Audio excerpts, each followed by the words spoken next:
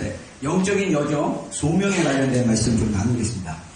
제가 지난 주일날 우리 삶의 그 여정이 영적인 여정과 같다라고 이렇게 말씀을 드렸고, 그 다음에 아브라함에 대해서 얘기할 거라고 말씀을 드렸는데, 제가 이번 또 금요일인가 아침에 기도를 하는데 하나님이 이렇게 기도 중에 감동을 딱 주시는데, 아브라함, 제가 이제 사실은 오늘은 아브라함하고 다음 주일은 다윗하고 그 다음 주일은 바울에 대해서 해서 이 세 사람의 인물의 그 인생의 여정을 좀 함께 소개하면서 우리도 어떻게 우리의 인생의 여정이 이렇게 갔는지에 대해서 이렇게 나누려고 이렇게 컨셉을 받아가지고 이제 기도하는 중이었는데, 금요일날 기도하는 중에 제 마음의 감동이 이 세 사람이 다 비슷한 여정이 있다. 이 세 사람의 그 여정은 비슷한데 그 여정이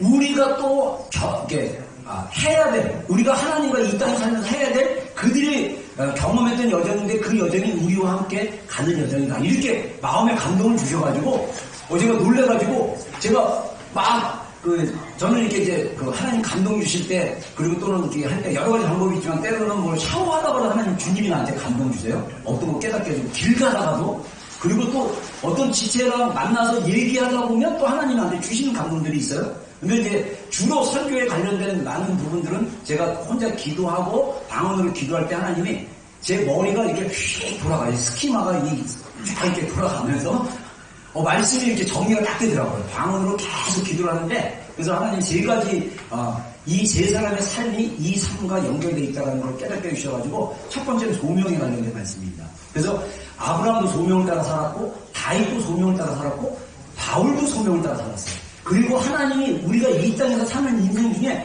반드시 소명대로 살아야 됩니다. 우리에게 소명이 있습니다. 아멘. 근데 제가 이 소명을 하나님 주셔서 공부해보니까 이게 너무 놀라운 거예요. 기대하십시오. 개봉학도. 자, 우리 하나님 말씀 보겠습니다. 자, 히브리서 미안합니다. 제가 잘못 읽었어요. 거꾸로 가요.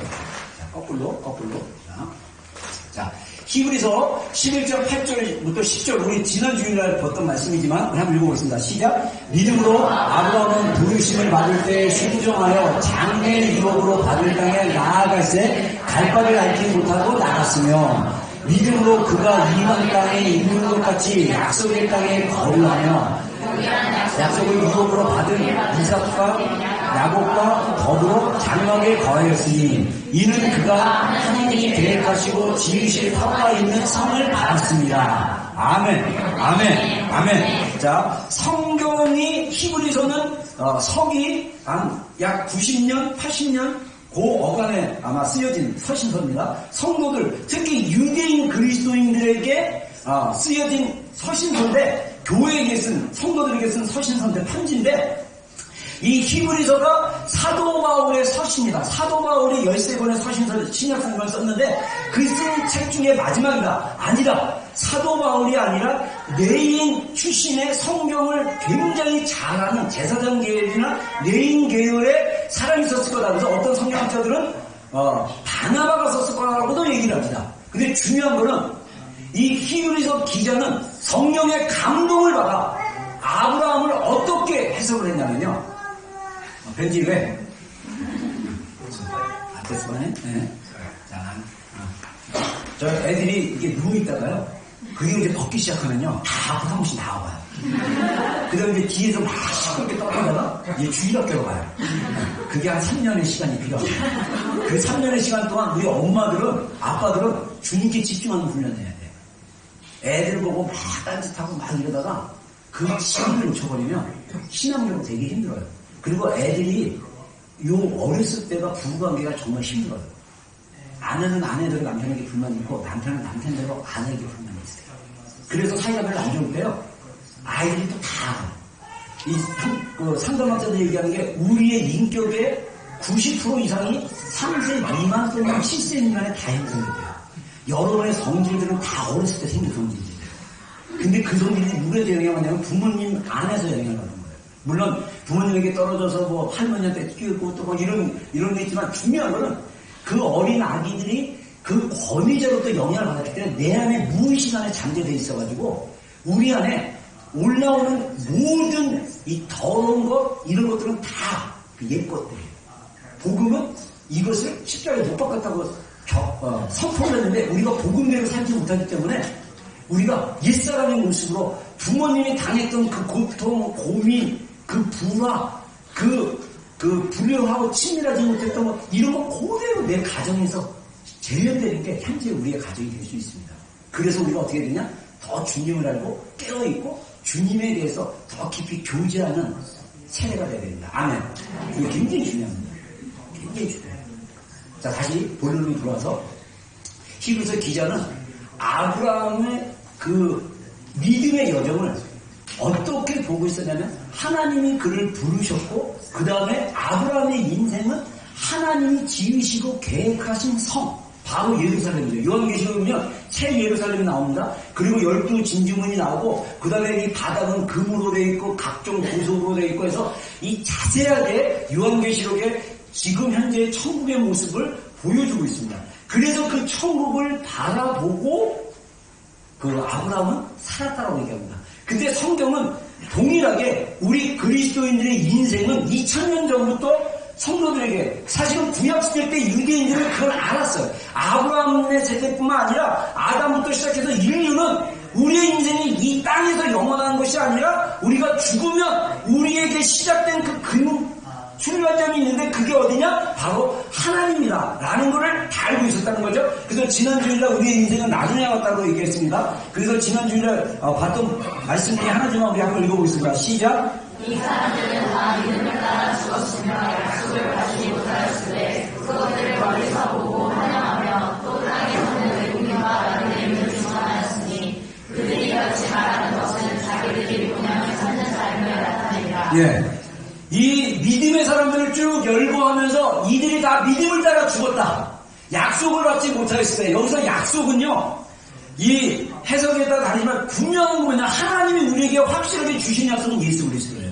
사실은 아브라함이 너의 자손이 많아지게 되고 너는 복의 근원이 될 거라 했을 때 그 아브라함에게 주셨던 진짜 자손은 뭐냐면 예수 그리스도예요. 그래서 아브라함을 통해서 그 다음에 그 이스라엘을 이삭을 통해서 야곱을 통해서 이렇게 믿음의 계보가 이루어지면서 현재 이스라엘은 나라가 있지만 그 나라 안에서 또 하나님께서 예수님을 다윗의 가문에 나오게 하시고 그게 이제 그 다윗의 가문도 올라가면 유다 12지파 중에 유다의 지파입니다. 유다의 후손이었어요. 그리고 유다의 아버지는 야곱이었고 야곱의 아버지는 이삭이었고 이삭의 아버지는 아브라함이었고 아브라함의 아버지의 아버지의 아버지의 아버지의 아버지를 그러면 아담이었어요. 그래서 예수님께서 약속으로 주신 게 아브라함에게 뭐냐면 네가 모든 민족의 아비가 되겠고 네가 너의 후손이 자손이 바다의 모래처럼 하늘의 별처럼 많아질 거라고 얘기했는데 그 믿음의 조상이 바로 우리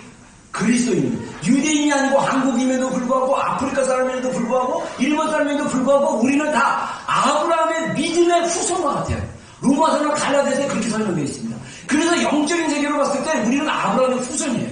그래서 우리는 믿음으로 아브라함이 우리의 믿음의 조상이라고 고백할 수 있는 것이다. 근데 이들의 삶 속에는 그 예수님의 약속이 실현되지 않았지만 그들은 무엇을 어떻게 살았냐? 하나님의 그 도성을 바라보고 살았고 또 그 땅에 거하는 사람들에게 이방인처럼 또는 나그네처럼 여김을 받으며 살았다. 이렇게 설명하는 것입니다. 자, 그리고 또 신약에서는 뭐라고 얘기합니까? 우리 빌립보서 3장 20절 그러나 우리의 시민권은 하늘에 있는지라 거기서 구원하는 자 곧 주 예수 그리스도를 기다리니. 자, 우리에게 천국에 가려면 어떻게 보면 우리가 옛날에 저도 어렸을 때 들은 게 뭐냐면 예수님 믿으면 천국 가는 티켓을 받아요. 그래서 우리가 그때 티켓 하면 보통 우리는 그 기차표 티켓을 생각했어요. 제가 어렸을 때는 비행기 타는 거는 엉망생생 생각도 못했고요. 기차 타도 이거는 호강하는 거였습니다. 제가 어렸을 때는.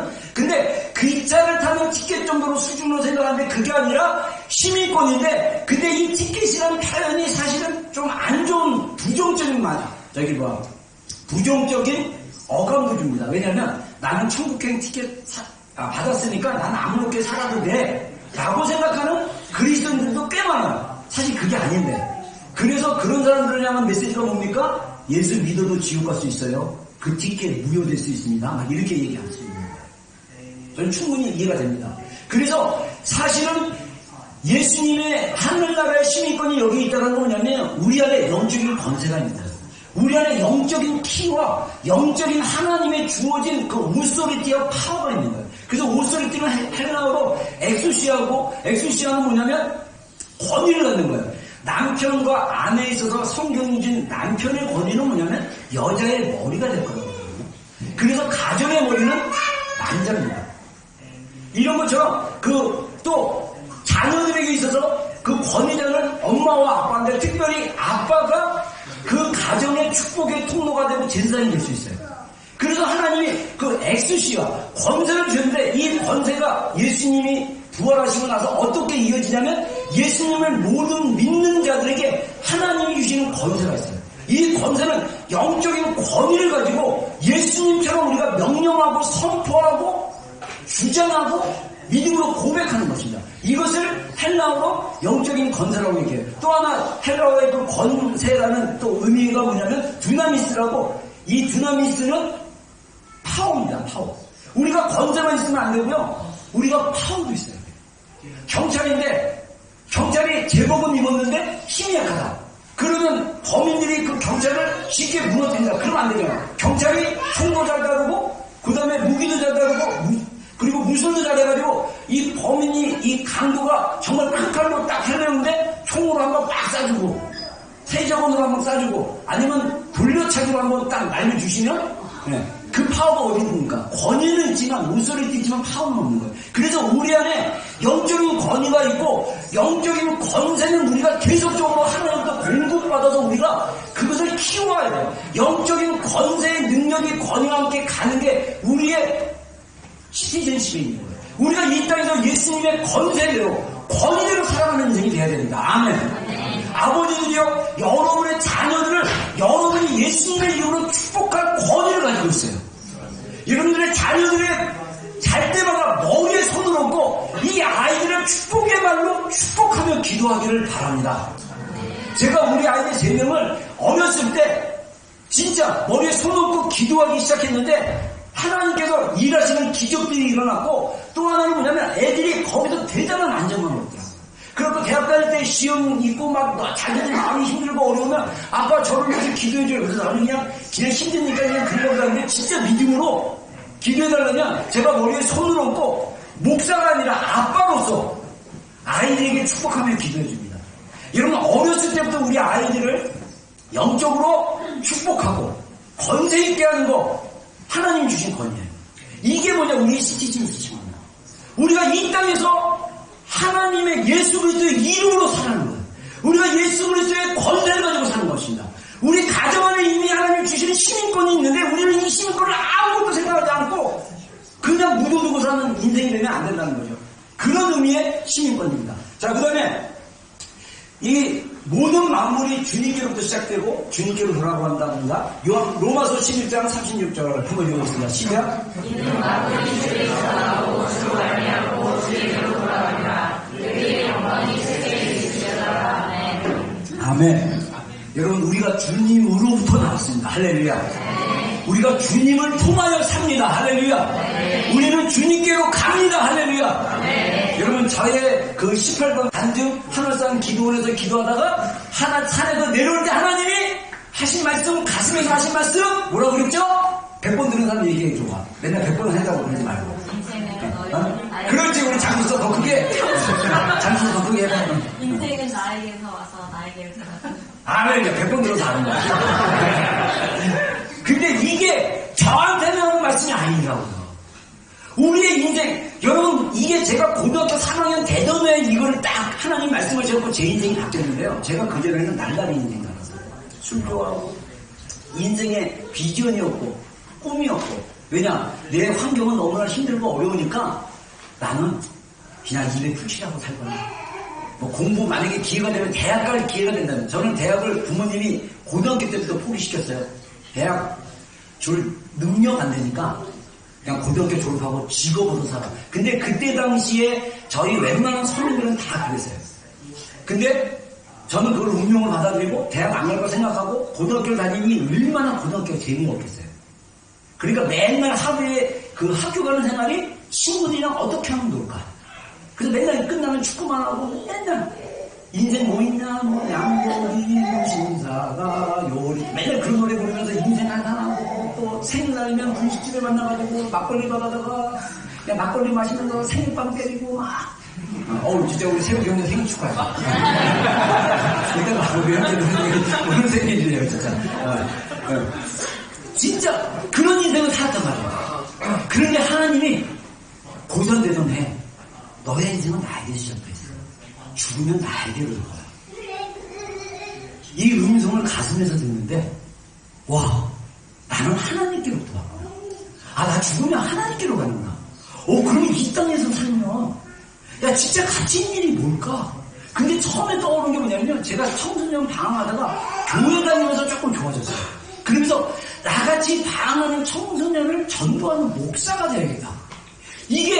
근데 이게 내 생각이 아니라 저는 참 굉장히 이성적인 사람에서 논리적으로 따지는 걸 좋아하는데 이게 논리적으로 생각했다고 했는데 이게 나중에 몇 년 후에 골방에 가서 신학교에서 기도하다가 하나님 주신 콜링이었어요. 근데 우리가 일반적으로 제가 이 소명으로 사는 삶에 대해서 여러분들과 지금 나누고 있는 중인데 이 소명이 어디로부터 자각되어야 되냐면 하나님으로부터 나는 시작되는 인생이고 나는 하나님께로 또 돌아간다는 분명한 인식의 관점이 열리지 않으면 머리로는 아는데 내 마음과 내 밑에 그 존재의 깊은 데서부터 그것이 인식되지 않으면 우리가 또 까먹어요. 또 생각은요 자꾸 잊어버리게 돼요. 그리고 생각은요 겉에 떠도는 생각은요 언제든지 영향을 받으면요 다른 생각으로 바뀌게 돼 있어요. 그러나 우리가 존재로부터 나의 깊은 영의 존재로부터 하나님이 우리에게 말씀하시는 말씀이 우리 안에 있으면 절대 변하지 않습니다. 그 말씀이 나를 살게 합니다. 그 말씀이 나를 살아가게 합니다. 할렐루야. 네. 저는 그래서 목사 되는 게 저의 소명인 줄 알았어요. 근데 오늘 말씀을 보니까 소명은 다른 데 있어요. 소명은 우리가 아브라함이 불렀던 소명 복이 되는 거예요. 복. 하나님의 복의 근원이 되는 거예요. 아멘. 미리 땡겨서 얘기합니다. 그래서 믿음의 사람들이 걸었던 여정, 제가 이 세 명을 한 주씩 하려다가 하나님이 또 마음에 감동을 줘서 이게 세 명이 걸었던 여정으로 풀으라고 해서 아브라함은 믿음의 여정을 했습니다. 그래서 우리가 믿음의 조상이라고도 얘기하고 그 믿음의 조상이 되기 전까지 아브라함은 자기 아들이었던 이삭을 하나님께 바치는 결단까지 보여주는 그런 믿음의 사람이었고요. 그 다음에 다윗은 하나님의 마음을 따라갔던 사람이었어요. 그래서 하나님께서 사무엘을 통해서 다윗을 왕으로 세우실 때 사무엘에게 말씀하시기를 나는 외모로 사람을 취하지 않고 마음의 중심을 보는 하나님이다. 그리고 사도행전에서 스데반이 다윗에 대해서 유대인들에게 고백할 때 하나님의 마음에 합한 자, 영어 표현으로 하나님의 하트를 따라가는 사람으로 표현을 합니다. 다윗은 부름받기 전부터 그 마음 속에 하나님을 향한 마음이 열려져 있는 사람이었어요. 그래서 다윗의 인생을 하나님의 마음을 따랐던 여정으로 보면 다윗은 그 하나님의 마음을 따랐던 그 소명으로 살았다라고 볼 수 있는 거죠. 자, 그 다음에 바울, 제가 제일 존경하는 우리 바울 형님, 사도 바울. 정말 사도 바울 존경해요. 저는 그래서 이번에 제가 사도 바울의 여정을 터키 2주 반 정도 가는데 제가 지금 굉장히 기대하고 있어요. 제가 한국에서 얼마 전에 신년 초에 우리 모교의 장로님 같은 신신데 우리 장로님이 이제 새해 인사 전화 와가지고 한 2-30분 같이 통화하면서 뭐 이 얘기저기 막 남았는데 이번 이제 터키 간다 그러니까 뭐라고 얘기하냐면 그 장로님도 2년 전인가 3년 전에 갔는데 우리 부인 권사님이랑 이렇게 성지순례 갔었는데 갔더니 초대교회 때 얼마나 많은 핍박을 받으면서 정말 살았는지 그 현장을 보면서 그냥 즐기는 것이 아니라 너무 마음에 그게 있어가지고 호텔에 가서 권사님이랑 둘이서 매일 좀 손잡고 기도를 했대요. 그 얘기 들으니까 제가 더 기대가 돼요. 바울이 있었던 현장, 초대교회 현장 속에 가서 정말 주님을 경험하고 가서 사진 찍고 나 여기 왔으니까 뭐 페이스북에 올려가지고 나 여기 왔다 이게 아니라 정말 위대했던 사도 바울이 주님의 소명을 따라 걸었던 그 땅을 가서 바울이 2000년 전에 머물렀던 그 마음을 받고 주님의 마음을 받을 수 있도록 여러분들 저를 위해서 중보해 주길 바랍니다. 저는 바울을 골방에서 기도하다가 신학적으로는 제가 약간 사실은 민중신학, 학부사 기재과정에서 민중신학, 자유신학 쪽으로 공부를 하고 세뇌를 받는 바람에 저의 신학이 굉장히 리버럴하게 좌쪽으로 나갔었어요. 그랬는데 하나님이 나를 새롭게 다시 돌아오게 하셨습니다. 근원으로. 하나님을 만났던 그 경험의 근원으로. 그랬을 때 제가 이 민중신학 쪽에 있을 때 사도 바울은 요즘 얘기로 하면 교회의 교리를, 십자가의 복음의 교리를 교회화 만들었다고 그런 책이 있다 보니까 거기에 세뇌가 돼가지고 사도 바울이 막 비웃지더라고. 예수의 원초적인 갈릴리에서의 민중과 함께 했던 복음이 아니라 로마의 교회 이런 식으로 제가 해석을 해가지고 그렇게 쓴 책들을 보니까 제 안에 바울에 대한 분노가 있었어요. 이상하게. 그거 희한하죠. 괜히 바울이 막 미워지고 싫어지고 그러는데 하나님의 의미 안에 들어가니까 바울이 경험했던 주님과의 그 경험, 바울이 고백했던 그 마음이 제 영 안에서, 제 감정 안에서 막 터지기 시작하니까 제가 너무 사도 바울이 주님을 위해서 정말, 사도 바울은 원래 유대인이었고 그때 사도 바울이 우리 정말 구약을 믿는 유대인이었지만 여호와 하나님을 섬기는 그 섬김으로 하나님을 향한 열심히 교회를 핍박하는 거고 하나님을 향한 열심히 교회 예수 그리스도를 믿는 자들을 핍박하는 건지 착각하고 그 율법주의, 자기의 율법의 그 행동에 온 세계를 들여서 살았던 젊은 시절에 예수 그리스도를 밤에서 길에서 만나고 나서 완전히 변화되고 그리고 아라비아 강에 3년 동안 머물면서 주님과 깊은 교제 안에서 이전에 알았던 하나님이 아니라 예수 그리스도로 보여지는 새로운 하나님을 경험하면서 예수 그리스도의 십자가를 경험하고 그 십자가의 복음을 전하는 사도로 바뀌었다는 거예요. 여러분 우리가 사도 바울이 경험했던 십자가의 여정처럼 우리가 예수님의 십자가를 깊이 경험하면 우리의 인생에 새로운 장이 열립니다. 십자가로 행하는 삶, 십자가로 사는 삶, 십자가의 능력과 십자가의 은혜로 사는 삶이 어떤 건지를 여러분 우리가 경험을 해야 돼요. 이게 우리의 소명입니다. 근데 이 십자가가 이 복음인데 이 복음이 바로 아브라함에게 있던 축복이에요. 아브라함에게 있던 복이라는 것입니다. 이게 다 복이라는 의미예요. 자, 그래서 제가 세 가지가 오늘은 소명, 부르심으로 사는 삶이 뭔지, 그 다음에 예배와 기도 중심의 삶이 뭔지, 그 다음에 자기 부인의 삶, 십자가를 경험하는 것이 무엇인지에 대해서 차례로 우리 이제 다음 주일과 그 다음 주일에 우리 한번 나누겠습니다. 오늘은 소명으로 부르심으로 사는 삶. 자, 하나님이 아브라함을 부르셨어요. 창세기 12장 1절로 3절 한번 읽어보겠습니다. 시작. 여호와께서 아브라함에게 이르시되 너는 너의 고향과 친척과 아버지의 집을 떠나 내가 너에게 보여줄 땅으로 가라. 내가 너로 큰 민족을 이루고 너에게 복을 주어 내 이름을 창대하게 하리니 너는 복이 될 것이다. 너를 축복하는 자에게는 내가 복을 내고 너를 저주하는 자에게는 내가 저주하리니 땅의 모든 족속이 너로 말미암아 복을 얻을 것이다. 아멘, 아멘. 자, 여러분들에게 성경을 읽게 하는 이유가 뭐냐면 이 성경 말씀은 혼자 읽을 때 또는 이게 그 오디오로 들을 때 또는 우리가 공동체가 한 목소리로 읽었을 때 또 다르게 하나님이 깨닫게 해주시고 알게 하신다고. 그래서 성경을 읽으라고. 성경은 소리내서 읽어야 됩니다. 속으로 읽지 말고 소리내서 읽기를 권장합니다. 그래서 이 성경 말씀을 읽을 때 하나님이 또 깨닫게 해주는 그런 것이 있기 때문에 여러분들에게 함께 읽도록 권면해드리는 것입니다. 자, 하나님께서 아브람 이전 이름이죠. 그리고 하나님을 믿고 나서 아브람이 변화돼서 아브라함으로 얘기합니다. 원래 아브람이라는 의미는 아비, 그냥 한 가정의 아버지라는 뜻인데 아브라함으로 바뀌고 나서 열국의 아비, 만국의 아비, 여러 민족의 아버지라는 뜻입니다. 아브라함. 그래서 이 아브라함이 하나님의 음성을 듣습니다. 너의 고향과 친척과 아비의 집을 떠나서 내가 너에게 보여줄 땅으로 가라. 그래서 내가 너로 큰 민족을 이루게 하고 너에게 복을 줘서 내 이름을 창대케 하니 너는 복이 될지다. 자, 축복의 그 자체가 되는 거예요. 그래서 우리가 신약의 관점으로 볼 때 축복은 누구를 통해서 오냐면 예수 그리스도를 통해서 옵니다.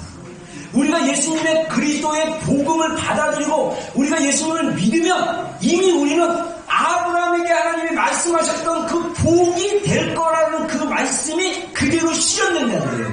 그래서 우리는 축복이 됩니다. 할렐루야. 그래서 축복인 우리를 위해서 만약에 아내가 남편에게, 남편이 아내에게, 부모가 자녀에게 크리스찬인데 저주를 품었다. 그러면 어떤 얘기가 하냐? 자, 제가 웃긴 게요. 전도사 시절에도 이 말씀을 꼭 불러봤어요.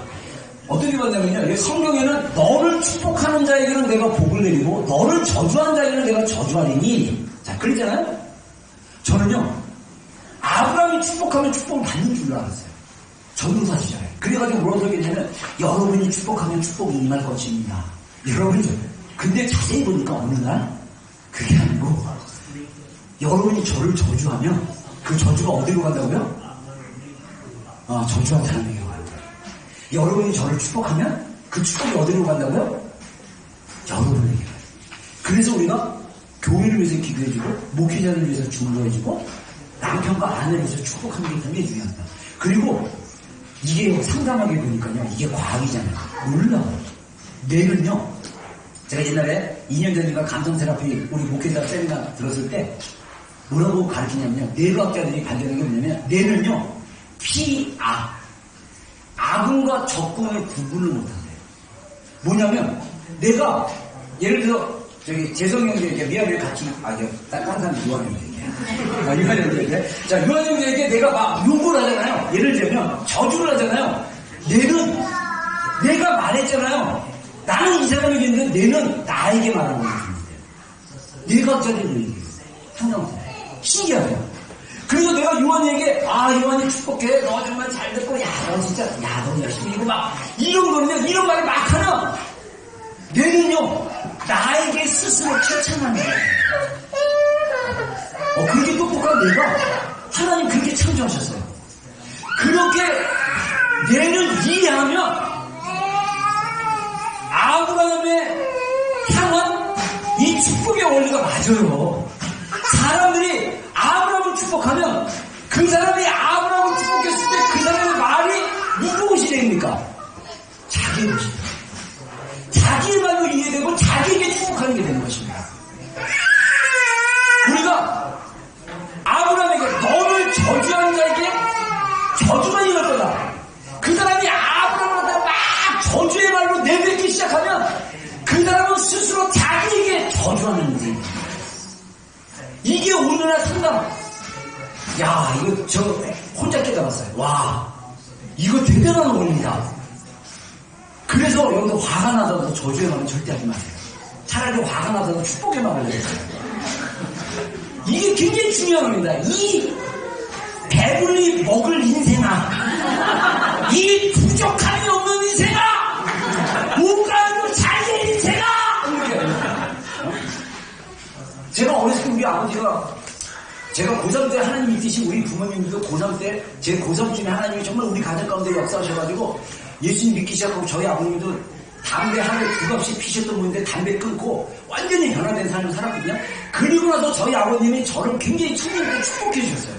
근데 어렸을 때 우리 아버지도 옛날 우리 조상들이 하는 말 자식에게 잘 되라고 하는데 부정적으로 얘기하고 비판적으로 얘기하고 그래서 맨날 저한테 이 머리카락가 원래 좀 갈색인데 이게 내 탓이 아니라 조상님들이 외세에 친구가 돼가지고 순수한 게 없는 건데 이 갈색 머리를 우리 아버지가 뭐라고 맨날 놀렸냐면 이 노란 대가리 우리 아버지가 좀 이북분인데 자기 말 표현대로 그러니까 저도 말을 이렇게 만들어요. 그냥 단어를 막 바꿔서 이렇게 부르는 거 좋아요. 근데 아무튼 그런 얘기하고 그리고 맨날 넌 9월에 태어난 뱀이기 때문에 음력 9월이면 11월이거든요 양력으로.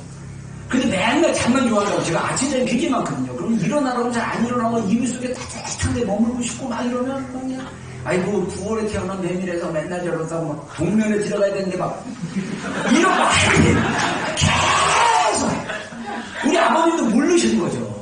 근데 여러분들은 진리를 아는 자고 축복을 받는 자들입니다. 할렐루야. 축복으로 너는 뱀띠로 있는데 뱀같이 주님이 지혜라고 하랬다. 너는 뱀이니까 지혜로운 아이다. 할렐루야. 사악한 놈, 뱀처럼 사악한 놈. 이렇게 부모가 욕할 수도 있어요. 이거 저주입니다. 근데 그 저주가 상대방에게 영향을 주고 자기에게 영향을 주고. 여러분, 제가 영성으로 사는 사람의 핵심은 입을 조심하는 거예요. 입이 굉장히 중요합니다. 입은 능력이 있고 창조의 언어예요. 입을 조심하세요. 그래서 우리가 주님 앞에 가서 자주 제자들의 입을 지키세요. 안 그러면 이 저주의 말을 하면 스스로에게 저주하는 중입니다. 스스로의 인생을 저주하면서 있는 거예요. 이게 영의 원리예요. 말씀의 원리입니다. 그래서 아브라함은 축복 자체가 된다고 하나님이 부르셨어요. 근데 동일하게 우리도 축복을 부르셨습니다. 성경적인 제가 언어를 보면 제가 신앙생활하면서 저도 우리 교회 지금도 서양교회 안에 특별히 번영신학이라고 이 서양에도 그런 그 신학으로 가르치는 교회도 있어요. 근데 이 왜곡된 성경의 축복이 아닌 왜곡된 축복은요, 물질과 번영에만 집중합니다. 성공하는 거, 잘 되는 거. 옛날에 아주 옛날에 우리 초창기 때 유스코스탄 강사 한 분이 와가지고 청소년애들 집회를 했는데, 그때 내가 청소년들 데리고 아주 거의 20년 가까이 데리고 참여했는데, 그 교수였던 의사였던 장로님이 그 아이들 한 100여 명이 모인 자리에서 너희들 공부 열심히 하고 의사 되라고 하면서 자기 이제 의사로 성공했던 엉덩이에 딱지 가자고 막 이런 얘기 쭉 하면서 하는데 제 앞에 캐시 있는 거예요. 야, 여기 100명 중에 의사가 몇 명이나 나올까? 성공하라는데 성공할 사람 몇 명이나 될까? 그러면 성공하는 게 다 하나님께 영광 돌리는 건가? 제가 한국에서 맨날 듣는 얘기가 성공한 사람들이 로펠로에 11조부터 시작해가지고 성공해도 그냥 성공합니다. 한국 사람들은 거의 세계에서 유명한 사람 정도 수준의 성공을 목표로 잡고 있어요. 이 한국 사람들이 굉장히 웃겨요. 진짜. 나도 한국 사람이지만. 근데 이걸 내려놓으셔야 돼요. 우리가 분수를 알아야 되고, 하나님이 우리의 부르신 그 부르신 대로 살아가는 게 굉장히 중요해요. 근데 이게 왜 그랬을까 제가 묵상해 보니까 왜곡된 관점을 가졌기 때문에.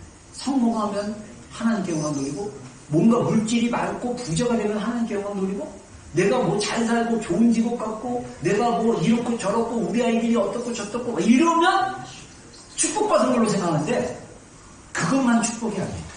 왜곡된 축복은 물질과 번영에만 집중하지만, 성경적인 축복은 그것을 포함하지만 그게 전부가 아닙니다. 진짜 축복은요, 성경적인 축복은 제가 문장을 한번 만들어봤어요. 정리해서. 성경에서 말하는 축복은 하나님께서 우리에게 주신 약속과도 같다는 거예요. 축복은 단순한 물질, 번영에만 머무는 것이 아니라 우리를 통해 하나님을 나타내면 하나님의 축복을 다른 사람에게 흘러보내므로써 하나님의 영광을 보여주는 것이다. 아멘. 제가 관련 말씀들을 이따가 해줄게요. 축복의 근원은 예수님이시다. 우리는 예수님을 통해 하나님의 축복을 경험하고 다른 사람에게 흘려보낼 수 있다. 아멘입니까? 네. 이거를 제가 책으로 쓰면 이게 심각 터지게 되는 거예요. 이걸 책으로 쓰면 다른 사람들이 이 제 책을 레퍼런스 해갖고 논문을 쓸 수 있는 거예요. 자, 딴 거 아니에요. 그냥 책 쓰는 게 안 팔려서 그렇지. 책 쓰는 거 왜 안 팔리는데.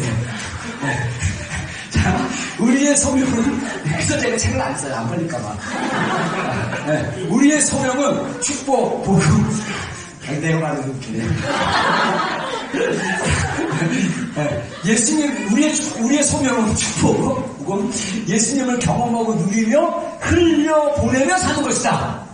아멘. 아멘. 제가 이번에 설교 준비하면서 축복이 뭐냐? 축복이 복음이에요. 복음이 뭐냐? 복음이 예수님인 거예요. 할렐루야. 아멘. 근데 내 안에 예수님이 계시는 거, 그러면 예수님 때문에 우리가 축복의 복이 되는 거. 할렐루야. 아멘. 우리가 예수님 때문에 우리가 하나님이 우리에게 복을 주신 거예요. 그래서 그 복이 우리 안에 있는 것입니다. 이 복을 우리가 경험하고 누리고 흘러 보내는 거, 이게 우리가 이 땅에서 사는 소명이에요.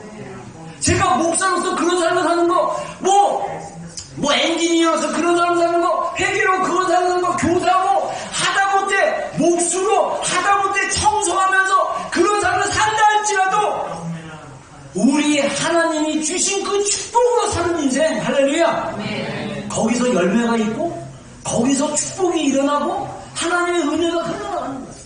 제가 우리 어머니가 여의도 수로원교회에서 거의 10년 가까이 조용기 목사님 강단에서 청소하는 청소부였어요. 저희 그 아버님은 이미 50세, 제 나이보다 더 젊었을 때 공황장애 오셔가지고, 그 다음에 심장도 안 좋으시고 그래갖고, 일을 못 하셨어요. 지금 생각하니까 그때는 공황장애인 줄 몰랐어요. 공황장애였고, 약물 중독. 약물 딴 게 아니라 감기약에 중독됐어요. 판피린. 겨울만 되면 매일 판피린 하나씩 어린 나이에 사오라고 그랬는데, 무서워 죽겠는데, 제가 어렸을 때 가위를 많이 눌리고 무서운 것도 많이 봐가지고, 저희 집안이 이 귀신을 많이 섬겼던 집안에서 귀신이 오르락내리락 갔던 집안이라서 제가 어렸을 때 굉장히 많이 힘들었어요. 그래가지고 어렸을 때 판피린, 돈이 있으면 한 박스 12개짜리 딱 사면 되는데 돈이 없으시니까 맨날 그 판피린 사오라고 그러는데, 판피린에 그 감기에 관한 약간 마약 성분이 있다고 그러네. 그래서 그거 드시려고 매번 감기가 없으신데도 이거 나중에 보니까 상담원 공무원에게 이게 약물 중독이야. 그리고 공황장애, 버스 못 타시고 사람들이 많은데 못 가고. 그래서 아버님은 교회가 가깝지만 버스 정류장은 몇 정거장 되기 때문에 택시를 타고 다니셔야 되고, 그리고 어디를 이렇게 못 다녔어요. 이미 50대 저의 나이보다 조금 더 젊었을 때 그렇게 사셨어요. 이게 뭐냐? 영적으로 하나님이 우리 가문 안에 영적인 세력, 어둠의 세력들이, 제가 올해 영적 전쟁에 대한 얘기도 다시 설교할 거지만 제가 몇 년 전에 영적 전쟁에 대해서 한번 시리즈로 계속 우리 교회 한번 얘기했었는데, 영적 전쟁이 뭐냐? 영적인 세력들이 우리의 하나님 우리에게 주신 축복을 막으려고 얼마나 잔머리를 쓰고 교묘하게 우리 가운데 역사하는지 몰라요. 우리는 이미 예수 그리스도의 권세를 가진 자들이고 능력을 가진 자들인데, 그거에 몰라서 그걸 사용할 줄 몰라가지고, 그게 어떤 내용인지를 몰라가지고 우리가 고통 중에 사는 경우가 굉장히 많다는 거예요. 우리 인생이 괴롭고 힘들고 즐겁지 않고 희망이 없는 것 같고 새로움이 없고 그냥 무의미한 것 같고 즐거움이 없고, 이런 인생은 다 복음으로 세워지지 않기 때문이에요. 여러분, 예수님을 믿고 오랫동안 종교생활하고 신앙생활한다고 바뀌는 것이 아닙니다. 우리가 날마다 주님을 경험하고 주님 옆에 나가서 기도하고 주님을 만나고 주님의 생명에 대한 걸 계속적으로 잘하고 신앙생활을 하면 우리의 신앙은 퇴보하게 될 거예요. 퇴보하게 되다 보면 우리의 마음이 강팍한 마음이 돼서 이스라엘 백성들이 광야에서 하나님의 기적을 보고 매일마다 하나님이 주시는 그 초자적인 만나를 먹고 메추라기를 먹고 구름기둥이 인도하고 불기둥이 보호하고 하나님의 기적과 하나님의 능력을 경험해도 목이 곧고 가슴이 강팍한 자로 살아갈 수 있어요. 하나님의 은혜 안에 살지 않아요. 여러분, 이 종교생활이 아니에요. 신앙생활은 살아있는 주님과의 인격적인 만남과 교제의 삶입니다. 이미 예수님이 우리에게 축복으로 와 계셔요. 이분과 교제하셔야 돼요. 이분과 함께 하시면 됩니다. 저는 여러분들이 그분에게 갈 수 있도록 도와주는 자에 불과합니다. 여러분들이 주님을 만나고 주님과 교제하고 주님이 주신 마음, 주님이 주신 사랑, 주님이 주신 그 은혜를 내가 계속 경험하는, 이게 축복을 경험하는 거야. 축복을 인지하고 축복을 믿으며, 그래서 예수님이 내 안에서 나타나고 예수님이 나에 안에서 기쁨을 주고. 어떤지 제가 올 연초에 딱 그러더라고요. 처음으로 성령님의 음성이 들릴 것 같아요. 그래. 그래? 그래서 근데 이게 성령님의 음성인지 아닌지 모르겠어요. 그래서 근데 뭔데? 그랬더니 자기가 힘든 일이 있어가지고, 너무 힘든 일이 있어갖고 그 힘든 일에서 어떤 결정을 했는데, 그래서 굉장히 괴롭고 힘들었는데 성령님이 뭐라고 했냐면, 너 그 결정 잘한 결정이야. 괜찮아. 너의 삶에 네가 이제는 네 인생을 바라보고 네 인생으로 이렇게 해서 가라. 이렇게 말씀하셨대요. 분명한 음성, 단호하게. 단호한 음성이라고 했어요. 나는 예전에 단호박인 줄 알고 달달하게 말씀하신 줄 알고 말을 못 알아들어가지고. 근데 그러면서 얘가 그거 맞는 것 같은데, 근데 자기가 생각해도 자기는 영어가 빼는데 영어로 말씀하셨으면 분명히 자기는 내 음성이라고 내 생각을 생각했는데, 한국말로 말씀하시고, 좀 한국말로 말씀하시면 내가 못 알아들 것 같으면 영어를 섞어서 말씀하신대요. 할렐루야. 그래서 내가 컨펌했죠. 성령님의 음성 맞다. 그 말씀 들은 대로 잘 이렇게 계속 인도하심 받으면서 살아라. 여러분, 성령님 우리에게 말씀하셔요. 성령님 우리 안에 역사하십니다. 근데 목사님들도 그거 모르는 분도 꽤 있어요. 그건 하나님의 뜻인지 모르고, 하나님의 기도하시면요, 하나님의 뜻이 보입니다. 기도하면 하나님이 알게 하세요. 그래서 제가 옛날에 청년들 때부터 늘 저희가 청년들한테 가르치는 중요한 티칭, 어떤 중요한 결정할 때 하나님께 나가서 하나님께 기도하라. 그게 중요하면 중요할수록 그것을 아브람처럼 모리아산에 이삭을 바친 것처럼 너희의 그 전부를 주님께 딱 드려라. 그리고 불태워라. 그리고 나면 하나님의 뜻이 분명하게 보여준다. 제가 우리 청년들 결혼할 때도 맨날 하는 얘기하는데, 배우자를 위해서 기도할 때 배우자를 만나고 이 사람이 맞는지 안 맞는지 헷갈리고 너무 소중하니까 또 막 그냥 헤어질 것 같고 두렵고 막 그런 거 아니야. 기도해보면 기가 아니라 다군가 감. 그냥 직관으로 우리 영의 직관이 있다. 평강이 있다. 성경에도 그리스도의 평강이 너희 생각을 주장하게 하라. 할렐루야. 주님이 주는 평강이 있으면요, 확신이에요.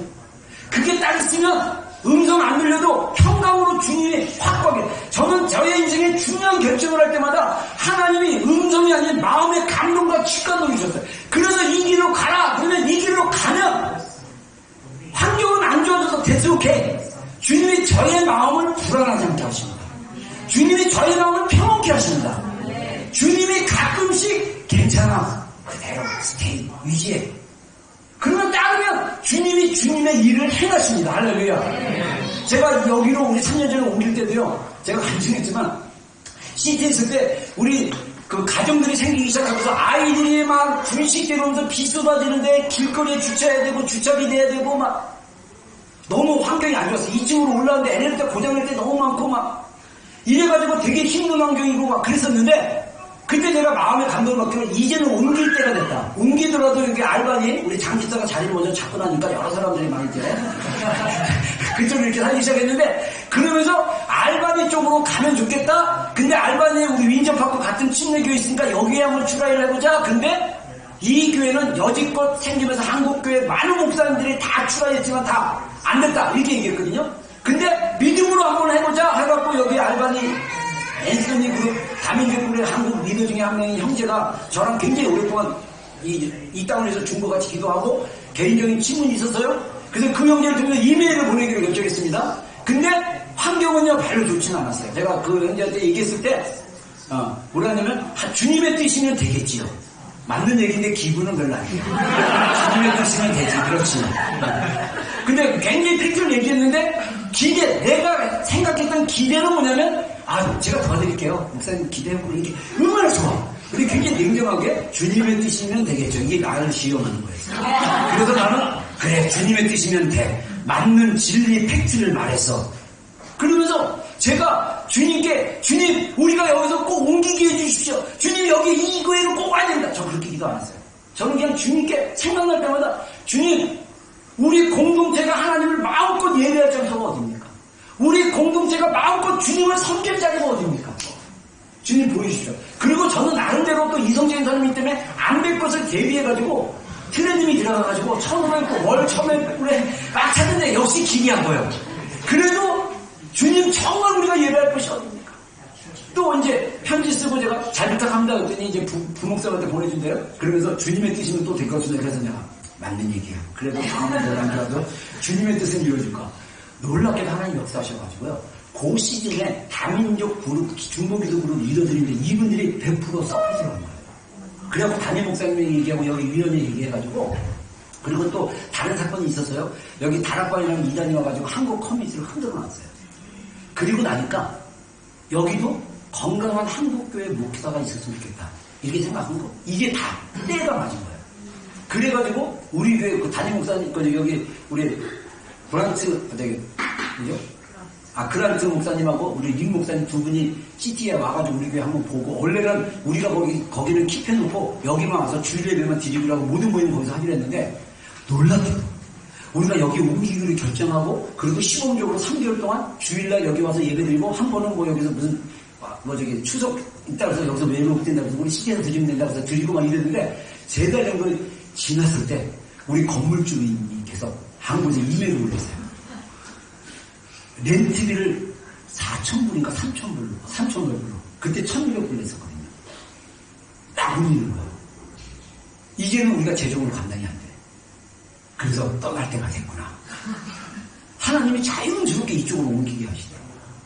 근데 이 진행되는 이 과정이요. 음성 듣고 신목사 민족 밖으로 가. 막 이게 아니에요.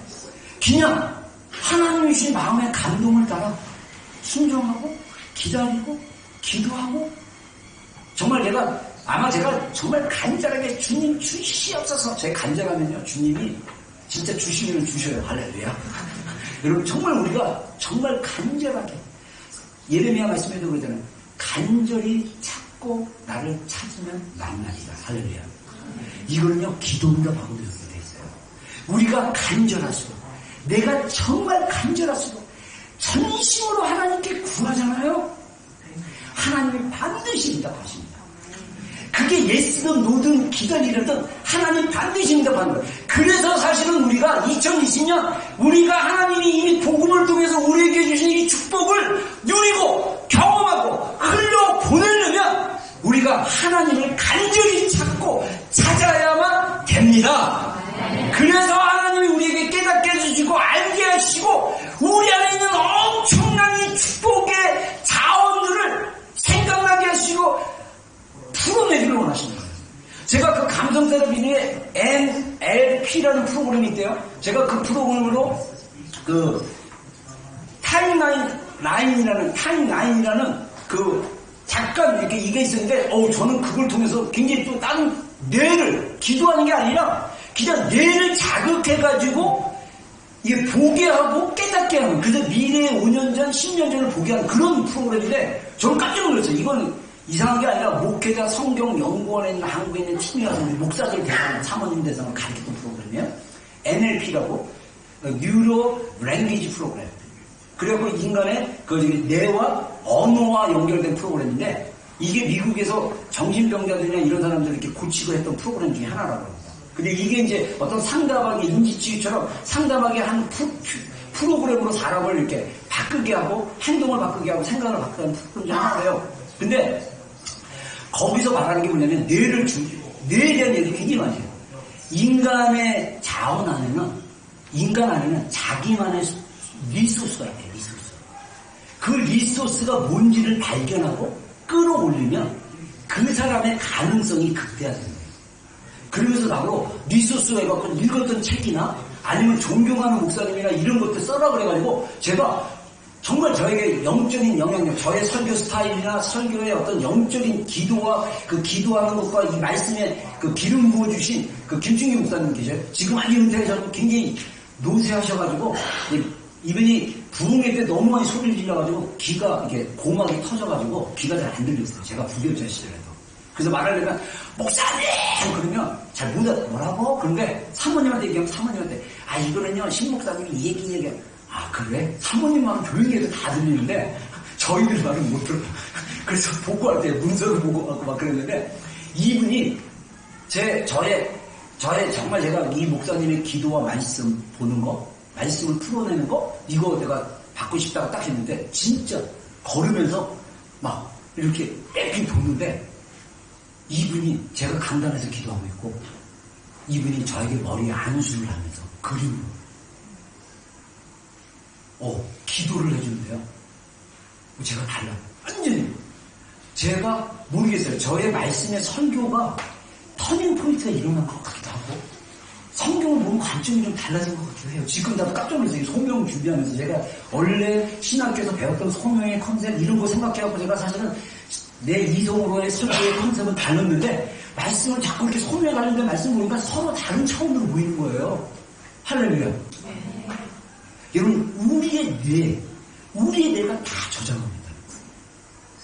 이거를 자극만 하면 살아난다는 거예요. 이 자극하는 게 뭐냐면요 소리내서 기도하는 거예요. 방언으로 기도하는 거예요. 이거 굉장히 중요한 거예요. 영의 세계에서는 이 시편 말씀에도 소리가 들리지 않고 밤이 낮에게 말하고 낮이 밤에게 말한다. 이런 시편 말씀이 있어요.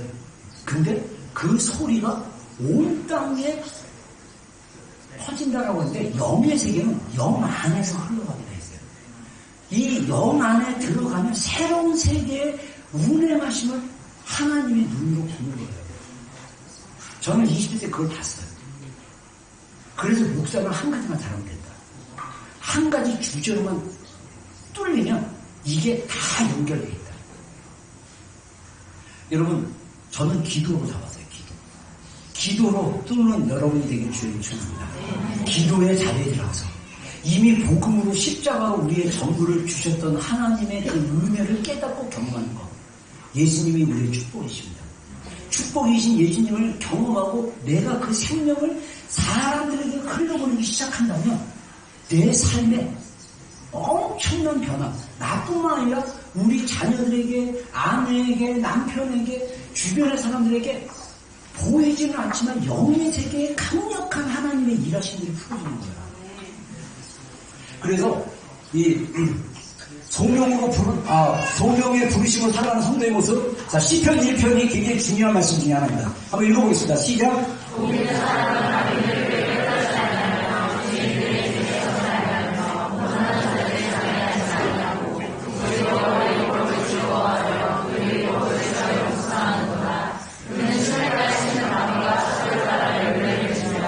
그 입술과 마음을 가졌니 그가 하는 모든 일이 나를 행하려다. 악인들은 그렇지 아니하며 오직 바람을 나는 여호와 같다. 자, 악인들은 어떤 사람이냐? 악인들은 하나님을 모르는 사람이고 하나님을 떠난 사람이지만, 근데 우리 크리스천들이 마치 우리의 인생이 겨와 같은 인생이 살 수도 있어요. 왜냐하면 겨는 뭡니까? 이 알곡이 그 껍질인데 그 껍질이 바람이 불면 휙휙 날아가. 이건 뭐냐면 유행에 따라 살고 사람의 말에 따라 이렇게 왔다리 갔다리. 그래서 에베소의 말씀에 보면 너희가 더 이상 이제 어린아이로 머물지 말라. 어린아이는 각종 교훈과 여러 가지 그 속임과 유혹에 요동치는 자다. 이렇게 얘기합니다. 우리의 마음과 우리의 뿌리는 예수 그리스도입니다. 우리가 주님을 깊이 경험하고 주님 앞에 그리스도께 뿌리를 박히고 우리가 그 안에서 주님을 믿음으로 믿기 시작하면 우리의 주님으로 또 오는 그 생명과 그 능력과 그 말씀이 흔들리지 않는 거예요.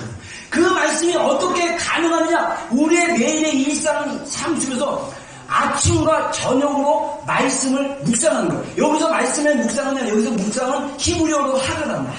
하가다는 뭐냐면 읊조리다는 얘기예요. 읊조리다. 그래서 하나님의 말씀을 읊조리면 좋아요. 읊조리. 하나님의 말씀을 그대로 계속 읊조리다는 건 뭐냐면 암송하는 게 아니다. 암송은 저절로 되는 거예요. 저는 옛날에 그 신학교 갈 때 경건의 시간에서 암송 내비게이트 69절 암송하라고 해서 그거 열심히 암송하고 막 시험도 보고 막 그랬는데, 그런 암송이 아니라 성경 말씀을 계속 하루에 100번, 200번, 700번, 300번 계속 말씀을 그대로 읽고 소리를 내서 조그맣게든 큰 소리든 소리를 내서 계속 읊조리다 보면 그 말씀이 내 안에 들어오기 시작하고 그 말씀이 내 안에 역사하기 시작하면 그 말씀이 이해되기 시작하는 것입니다. 제가 이번에 가서 하가다 배워갖고 온 거예요. 인천 광명교회 가서 그 목사님이 이번에 인지치유 강사로 오셨는데 저희 교가 아니라서 몰랐는데 우리 팀장 목사님이 그 하가다에 대가하고 교회에서 하가다고 굉장히 교회가 안정되게 선전된다 해서 내가 하가다가 뭐냐고 했더니 말씀을 계속 묵조리게 하는 거예요. 그래서 제가 그거 배워서 우리는 하가다 하나님의 말씀으로 기도하고 이런 훈련을 좀 하려고 그래요. 그래서 우리가 말씀이 우리 안에 풍성히 거할 수 있다.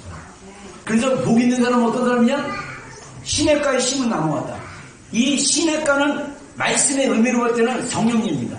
성령님에게 우리가 뿌리를 받치고 있는 거예요. 그래서 이 철을 따라 열매를 맺게 되고 잎사귀가 마르지 않는다. 이 삶 가운데 윤기와 생기와 이 즐거움과 하나님의 어떤 그런 하나님이 공급하시는 그 즐거움과 기쁨으로 누릴 수 있다는 거예요.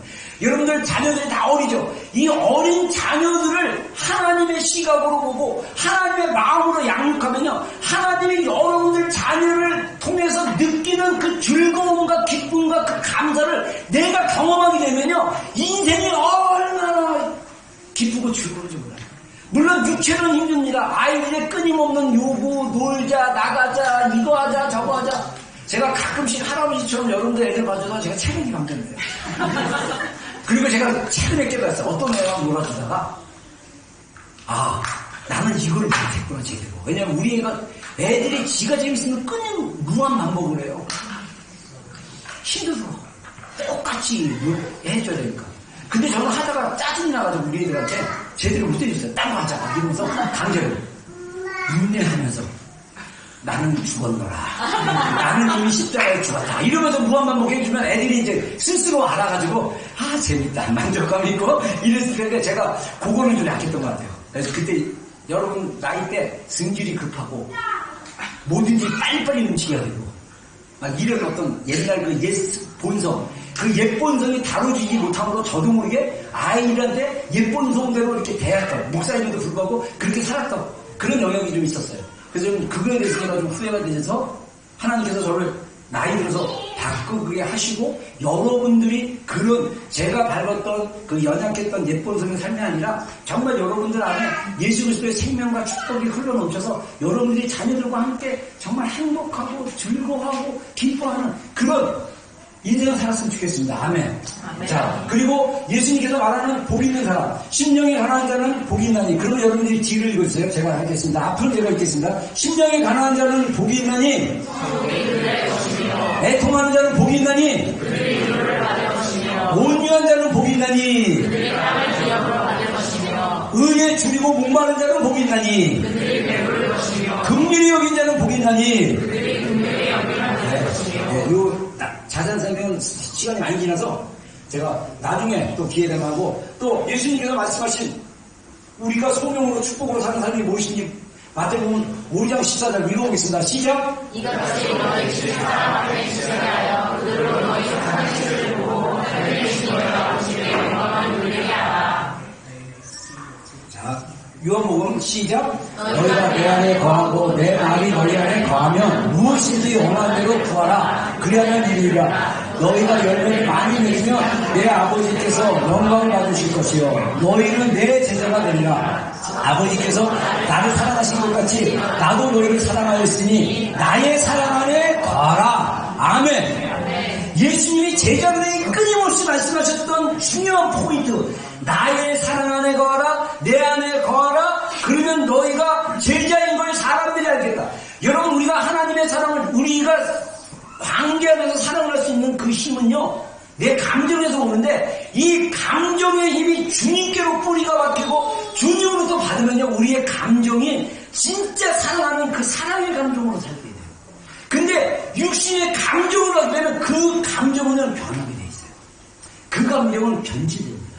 그 감정은 사라질 수 있어요.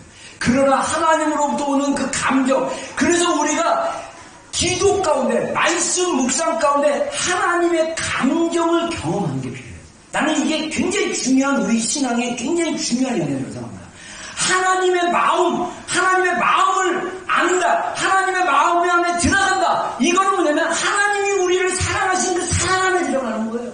하나님이 우리를 얼마나 사랑하시는지 정말 하나님이 그 자신 전부를 들어서 우리를 구원하신 하나님이셨던 예수님이 아주 연약한 질그릇같이 연약한 육신으로 오셔서 30년의 생애를 사시고 우리를 위해서 십자가에 달려 돌아가신 그 사랑을 경험하게 되면 나의 존재 자체의 변화가 돼요.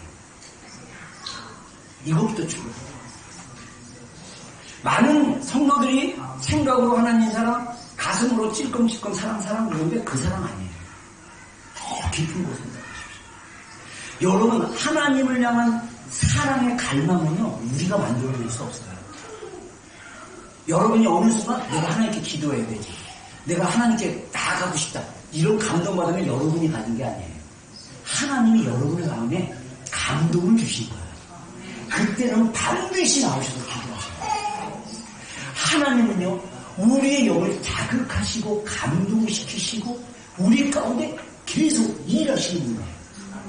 우리가 내 안에 역사하시고 내 삶 가운데 역사하시고 나와 함께 하시는 하나님을 알게 되면 그분의 움직이심과 그분의 일을 우리가 경험하게 되면 거기에 반응해서 순종해서 나가면 하나님이 내 안에서 하나님의 마음을 계속 부어주시고 경험하게 되는 거예요.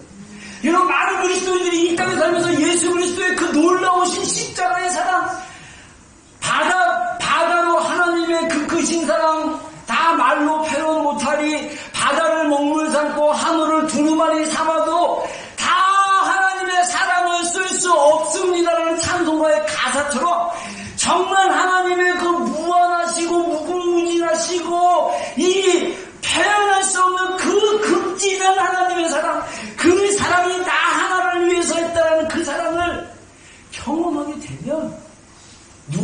사랑하고 있어요. 누구든 사랑할 수 있어요. 원수를 사랑하라고 말씀하신 주님이 원수를 사랑할 수 있는 사랑의 능력을 우리 가운데 부어주셨어요. 내가 못 사랑하는 이유는 뭐냐면 하나님의 사랑을 내가 경험하지 못했기 때문에. 그래서 원수까지는 못 사랑하는 거예요.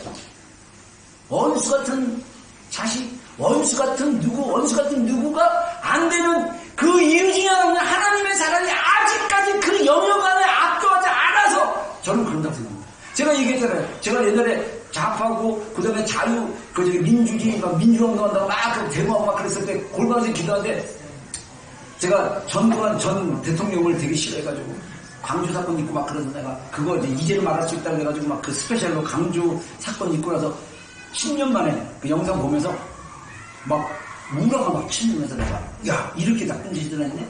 그러면서 내가 막 분노로 가는데 기도하는데 주님이 나는 전두환도 용서할 수 있는 하나님이야. 저 충격받았어요. 주님 나는 제 안에 하나님의 미움을 제거하기 위해서 놀라운 건요. 그건 사람들 다 얘기 안 해서 혼자 생각하고 제 안에 미움을 제거하기 위해서 주님이 그 사람을 떠오르게 하고 나랑 아무 관계 없는 분이거든요. 근데 내 안에 그 미움으로 자리 잡고 미움이 마귀의 통로가 될까봐 주님이 기도 중에서 깨닫게 해주시죠. 여러분 미움은요. 미워하는 자는 살인하는 자라고 했어요. 여러분 미워하는 자는요. 옥에 갇히게 됩니다.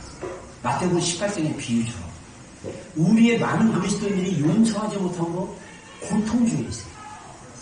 머리로는 용서했다고 그러고 마음으로 용서했다는데 정말 진리로 자기 안에 진정한 용서가 풀어지지 못한 거 고통당하고 있어요. 그러기 위해서는 주님 앞에 신중하셔야 돼요. 이미 용서하라고 해서 여러분들이 용서했다고 해서 선포하시면 돼요. 그리고 용서를 선포하고 용서로 나가시기 바랍니다. 씨름하다 보면 어느 순간에 하나님의 은혜가 내 안에 임하면 여러분 은혜를 딴 게 아니에요. 손바닥이 여기만 보이는데 어느 순간 딱 이게 바뀌는 거예요. 은혜는요 갑자기 임합니다. 근데 은혜를 받으려면 우리가 은혜 자리에 머무는 게 굉장히 중요해요. 우리가 은혜 자리는 뭐냐? 기도의 자리예요. 여러분의 삶의 현장 속에서 기도하는 여러분이 되기를 주님을 축원합니다. 자 16절 읽어보겠습니다. 시작.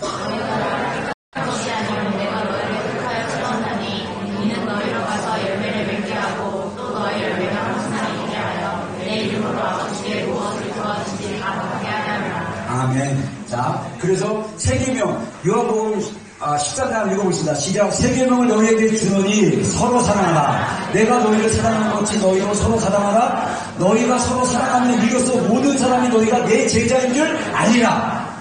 저는요 이 세계명의 시즌이 우리 교회 이제 올해부터 풀어진다고 생각합니다. 아멘. 우리가 진짜 이제는 예수님을 따르는 무리가 아니라 예수님을 따르는 제자가 되기를 주님으로 소원합니다. 예수님을 따르는 제자가 되면 날마다 자기 십자가를 지고 자기를 부인하고 예수님을 따르는 삶을 살아야 되고 우리가 서로 사랑하는데 어떻게 서로 사랑하느냐?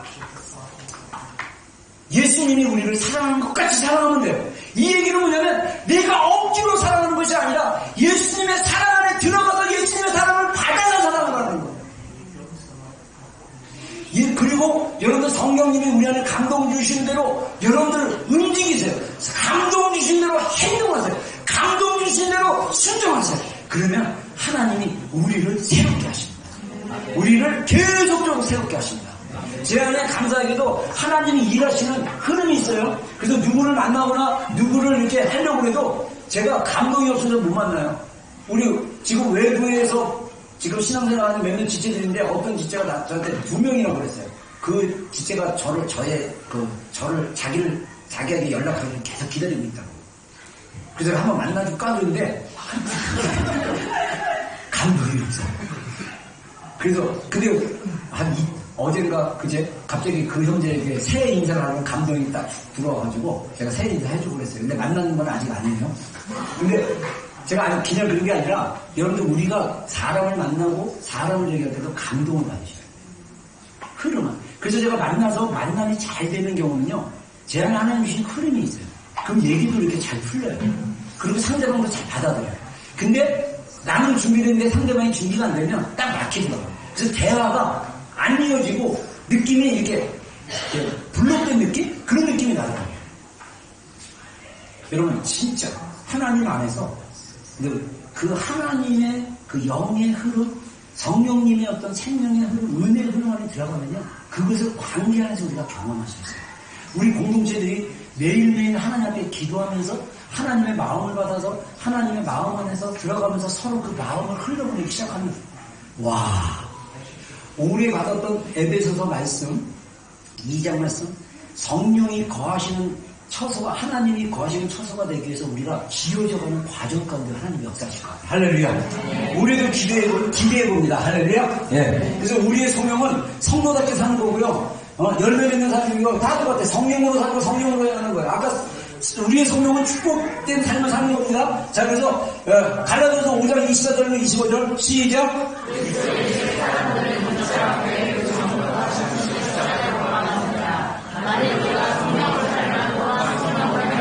아멘. 우리가 성령으로 살고 성령으로 행하는 훈련을 해야 돼요. 이거는 금방 되는 게 아닙니다. 그래서 2020년 영적 성장을 이루어가는 여정이 되기 위해서는 시간을 정해놓고 기도하세요. 시간 정해하세요. 여러분 이따가 우리 찬양 하나 부르고 우리 같이 이제 기도한 시간 왔는데, 여러분들 만약에 직장 다니는 우리 형제들 아침 시간이 분주하면 저녁 시간으로 하세요. 제일 좋은 거, 제가 어제 우연히 제가 영상을 봤는데 기도해지 마이크 밀크 목사님 영상 하나 딱 봤는데, 그 기도로 성장하는 거에 대해서 이렇게 말씀하시는 건데 이 말씀을 하신 거예요. 그러면서 이분이 대학교 다닐 때 저녁 9시부터 10시까지 그 대학에서 그 대학에서 매일 저녁 기도하는 걸 했대요. 근데 이 기도하기로 작정만 해도 기도의 삶이 10배로 증가할 수 있다. 그냥 무시로 성령 안에서 나는 기도해. 근데 그렇게 기도하는 게 되려면 시간을 정해놓고 기도하는 시간이 돼야 돼요. 나는 정말 우리 교회 성도들이 1시간씩 기도, 1시간, 예수님도 1시라도 너희가 깨어 기도하지 안 해야겠느냐라고 말씀하신 것처럼 1시간씩 기도하는 그 기도로 나가야 되지만, 올해 1시간 기도는 못한다 할지라도 30분 작정하시고 30분 동안 아침이든 저녁이든 시간을 정하세요. 오늘 기도하면서. 그리고 그 시간에 처음에 10%, 20% 괜찮아요. 80% 되면 그 생활은 계속 이어지게 되어 있습니다. 근데 그렇게 안 돼도 꾸준하게 계속 기도하는 그런 2020년이 되기를 바랍니다. 그리고 기도 제목 리스트 만드세요. 떠오르는 거 다 쓰세요. 그리고 기도하기 어려울 땐 그거 보고 기도하시면 돼요. 자, 그 다음에 마지막으로 하나님에 대한 올바른 관점을 갖기. 하나님에 대한 올바른 관점은 우리가 기도하고 쉽게 만들어줍니다. 여러분, 기도의 자리가요 진짜 쉽지 않아요. 기도 진짜 어렵습니다. 그거 알아요. 그래서 우리 목사님들도 기도가 굉장히 어렵고, 그래서 기도하는 목사님들이 굉장히 많지가 않아요. 그리고 제가 한국에 여러 번 방문했을 때마다 느끼는 게, 한국교회가 제가 20대 때, 30 초반까지 있었던 그 한국교회 열정적인 기도의 열기가 다 식었어요. 사랑의 불은 어디로 부냐면 기도로 붙습니다. 우리 마음에 하나님의 등불이 있습니다. 우리의 잠언서에 보면 우리의 영혼은 여호와의 등불이라고 했어요. 우리의 영 안에는 하나님의 불이 있어요. 이 불이 붙어야 돼요. 이 불이 뜨거워져야 돼요. 이 불이 계속적으로 타올라야 됩니다. 여러분, 제가 이번 연합 성회에서 얼른 건너가다가 이랬는데 나한테 그러더라고요. 목사님 일찍 나이도 안 드신 것 같고 막 그대로 보면서 그 열정은 여전히 대단하세요. 제가 열정을 가지려고 내가 열정이 있어야 돼. 열정을 내야지, 힘을 내야 돼. 제 안에 골방에서 주님으로부터 받았던 그 사랑의 불, 영원히 꺼지지 않는, 네가 물 가운데로 지날지라도 불 가운데로 지날지라도 물이 너를 엄몰하지 못하고 불이 너를 사르지 못하고 내가 너를 존귀하게 여기고, 그래서 나는 너의 전부이고 너는 나의 전부다. 그 사랑의 모먼트, 사랑의 순간의 불이 저를 강력하게 붙잡아 주셨기 때문에 저는 사도 바울의 고백처럼 위로부터 하늘로부터 위로부터 부르시며 상을 향해 달려가라는 그 말씀과 더불어 나는 예수께 붙잡아 붙잡힌 바 된 그것을 향해 나아간다. 사도 바울이 예수님께 붙잡힌 바 된 그 사랑의 열정이 뭔지 알겠어요. 내 수준에서. 더 깊겠지만, 그분이 경험했던 그 그리스도의 사랑은 더 깊겠지만, 적어도 예수님이 나를 붙잡아 주셨구나. 예수님의 사랑이 나를 강건하게 하셨구나. 예수님의 사랑 때문에 내가 사는 거구나. 내가 잘나서도 아니고, 내가 능력이 있어서도 아니고, 내가 정말 탁월한 것도 아니고, 주님이 나를 붙잡아 주시기 때문에 주님의 은혜가 내 안에 있는 거야. 그 여정 가운데 내가 있구나. 할렐루야. 여러분, 제가 이번 주 중에 어떤 자매 2명 만나서 같이 교제하다가 이번에 요 얘기만 하고 제가 마치고 기도하는 시간 갖겠습니다. 진짜 교회 안에서 되게 열심히 하는 리더들인데 얘기하다 보니까 제가 브레스링 그 타워랑 갈 때 첫날에 막 뭐라 그랬는데 그게 본인들한테 되게 많이 힘들었대요. 근데 저는 그 사람들한테 하는 거 일 안 하는 사람들한테 했는데 본인들은 열심히 일을 했는데 목사님이 야 우리가 더 부족하다고 말씀하시네. 막 그렇게 얘기를 하는 순간 제가 되게 당황했어요. 왜냐면 사모한테 그 사람들 일 많으니까 일을 어떻게 줄여줄까. 그래서 제가 맨날 그런 얘기인데 사모한 얘기가 뭐냐면 아니 당신이 그런 마음으로 계속 이렇게 일도 나눠서 시키고 막 그런데 왜 그거를 걔네들이 미안합니다. 자네들이 알지 못할 정도로 표현해 의사소통에 문제가 있는 거. 근데 정말 제가 의사소통에 문제가 있어요. 제가 우리 자녀들한테도 정말 사랑하거든요. 지금은 애들이 알지만 제 표현할 줄 몰랐어요. 내가 왜 사랑 표현을 못해? 우리 아버지한테 사랑 표현을 잘 못 받아서 그래. 다 나는 탓이 아니라 근데 그 탓이 아니고 배우면. 그래서 제가 사랑을 표현하게. 그래서 올해 하나님이 우리 사모랑 집 앞에 있는 공원 이렇게 어제 저녁에 걸으면서 하나님이 저한테 그런 말씀. 하나님 나에게 새로운 시즌을 주셨다. 사랑으로 표현하게. 사랑으로 칭찬하게. 할렐루야. 안 보이지만 찾아내서 가공하지 않고 찾아내서 있는 그대로로. 근데 여러분 반대로 따지면 얼마나 큰 은혜입니까? 네? 이렇게 허물 많은 목사인데 하나님께서 여러분들 붙여주시고 함께 또 지지고 먹고 사랑하고. 옛날에는 제가 그랬지만 옛날에는 너무 버거워가지고요 제가 나도 힘들어요 주님께로 제발 가 설교 때 제발 주님께로 왜 나한테 나도 너무 힘들어 나도 무작고 그만두고 싶어 주님께로 가면 내가 여러분들 얼마나 사랑하는지 정말 알 거야. 아니 제가 소리 지렸던 기억이 납니다. 근데 제가 성숙해지니까 주님이 이제는 네가 사랑을 보여줘. 어떻게 사랑하고 어떻게 말하고 어떻게 하는지를 보여줘야 돼. 네가 사랑의 모델이 되어야 된다. 저한테는 쉬운 과제는 아니에요. 제가 50 중반인데 올해로 man 5세되고요. 진짜 그런 과정에 있는데도 주님이 제가 더 바뀌기를 원하시는 거예요. 올해 어제 사모랑 산책하면서 그걸 하나님 느끼게 하셨어요. 근데요 저는 주님께 모든 걸 포기하더라고요. 주님이 바뀌라고 말씀하시면 바뀌어야지. 어떡할게요. 버텨봤자 내 손해더라고요. 내 거 잡아봤자 내 손해야. 시간만 끌 뿐이야. 고통스러울 뿐이야. 바뀌라면 바뀌는 거야. 그래서 저는 주님께 저의 여정을 또 맡기기로 했습니다. 그래서 제가 2020년 정말 기대돼요. 그래서 제 개인적으로 우리 교회적으로 아까 얘기한 대로 우리 교회가 예수님이 주신 세계명, 저는 사실은 이 예수님이 주신 세계명 요한복음 13장 34절 35절 말씀이 마태복음 28장 19절 20절보다 더 중요해요. 너희는 가서 모든 족속을 제자를 삼아라 이렇게 해서 모든 민족에게 복음 전하는 거 교회에서 굉장히 많이 강조하는데 그게 되기 전에 우리가 예수님의 사랑으로 하나 돼요. 예수님의 사랑으로 세상 사람들이 우리가 제자인 걸 아는 수준까지 가면 그때 복음을 전하기 시작하면 엄청난 파워풀한 새로운 하나님의 역사가 일어나는 것입니다. 아멘. 그 시즌으로 주님이 저는 촉대했다고 봅니다. 그리고 저 개인적으로도 새로운 일들이 일어날 거라고 기대합니다. 아멘. 그래서 한 가지만 소개하자면 제가 3월 첫째 주부터 원래는 2월 말부터 강의가 시작하는데 3월 첫째 주부터 내가 여기 알파크로스 신학교에서 한 과목을 강의하게 됐어요. 그래갖고 제가 이제 이번 1월 제가 터키 성지순례 가기 전에 그 강의하는 준비를 해서 일단 학교에다 주고 한국 학생들 한국어 강의입니다. 그래서 정식 NJK에서 하는 코스고요. 그래서 2학년, 3학년들 대상으로 제자도 제가 해본 공부를 안 해본 과목을 하라 그래가지고 제가 제자적으로 이제 한 학기 가르치게 됐습니다.